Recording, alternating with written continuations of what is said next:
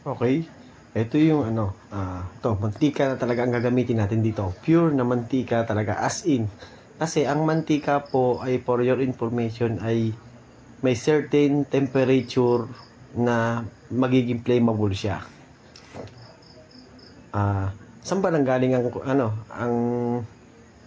ang crudo, ang gasolina? Di ba sa gasolina, sa mantika, sa oil, gawa sa oil na ginagawang crudo, ginagawang gasolina, yon.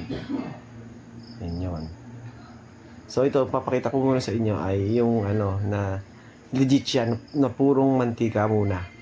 Kasi gagawa din naman ako sa susunod ng mga used oil na palilinawin ko para maging purong oil. Kasi hindi kasi pwedeng ilagay dito sa aking burner yung madumi. Kasi babara yan doon sa ating, kung sa diesel, kailangan i-filter mo muna. Kailangan malinis na malinis siya para hindi siya, yung mga ribaba, yung mga dumi, malinis. Yan, kailangan malinis na malinis yan. Yan. Pinifilter ko muna.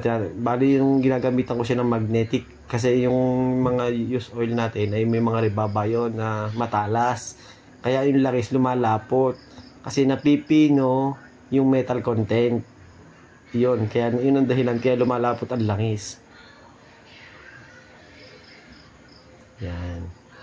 So, ang ipapakita ko muna sa inyo kung paano nyo susunugin yung langis or mantika para magamit sa napanluto man lang. Yan. Kasi napakamahal na ngayon ng ating mga ng diesel, ng gasolina, ng crudo.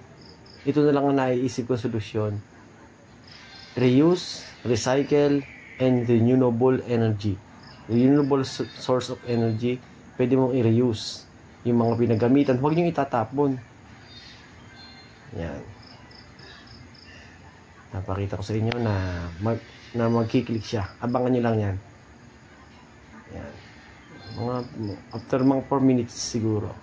Yan. Nilalagyan ko na siya ng pressure para maitulak niya yung sa burner natin. Ang technique diyan ay kailangan mapainit mo siya ng pulang-pula. Yan. Parang yung sa mga heater plug ng ating mga sasakyan, ng mga diesel. Yan. Pero yung diesel ay concentrated na yon, purong-puro mataas na naglagay na sila ng may mga octane na yon, kaya mas mabilis silang mainitan or mabilis silang masunog. Pero lahat po ng langis ay may certain temperature or burning temperature na kung saan magiging silang flammable. Hindi ang kagaya ng tubig. Ang tubig, mas matindi yun, mas mahirap. Yan, kita nyo, naglaab na siya. Napakalakas na kapoy niyan. Walang usok, walang amoy, kasi ang ginamit ko ay langis. Langis mismo.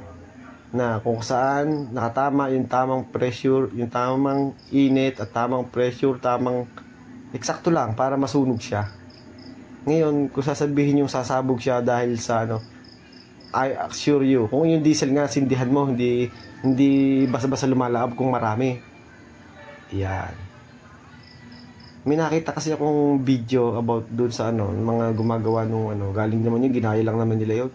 Pero yung sa akin kasi, yung basic principles ng langis. Ang basic principles ng langis ay flammable yan. Diyan ang galing ang crudo at gasolina. Diyan ang ginagawang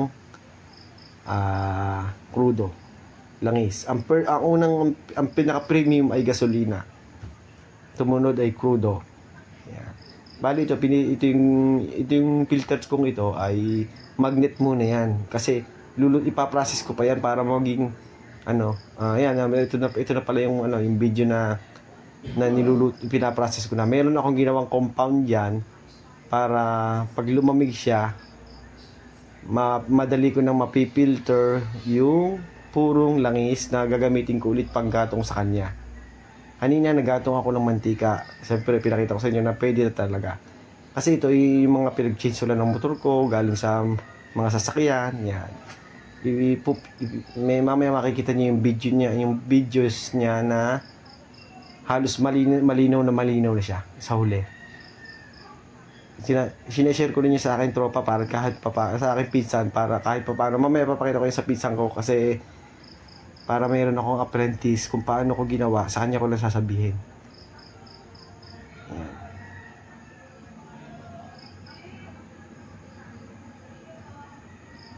Ito na siya pagka ano. Ayan na siya, ayan. Kita mo, nagbububo na nung pinapalamig-lamig ko na. Ayan. Para siyang utak, diba? Pero pagka bukas, madali ko na mo ipipilter yan. Yung compound at saka yung tubig, nagsama-sama na yung titigas yun. Ang matitira ay pure oil. Yung pure clean oil. Pag lumamig siya. So, abang-abang na lang po sa susunod na sa aking mga videos regarding dito. Para makita niyo rin yung finished product ng ginawa kong pure oil na pwede nang gamitin pang gatong. Ayan na.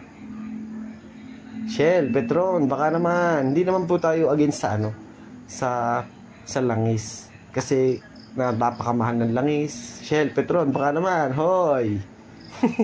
Hindi po ako expert dito ha, pero ito yung mga basic knowledge ko lang. Kasi mahilig din naman ako magbasa at mag-aral, manonood ng YouTube.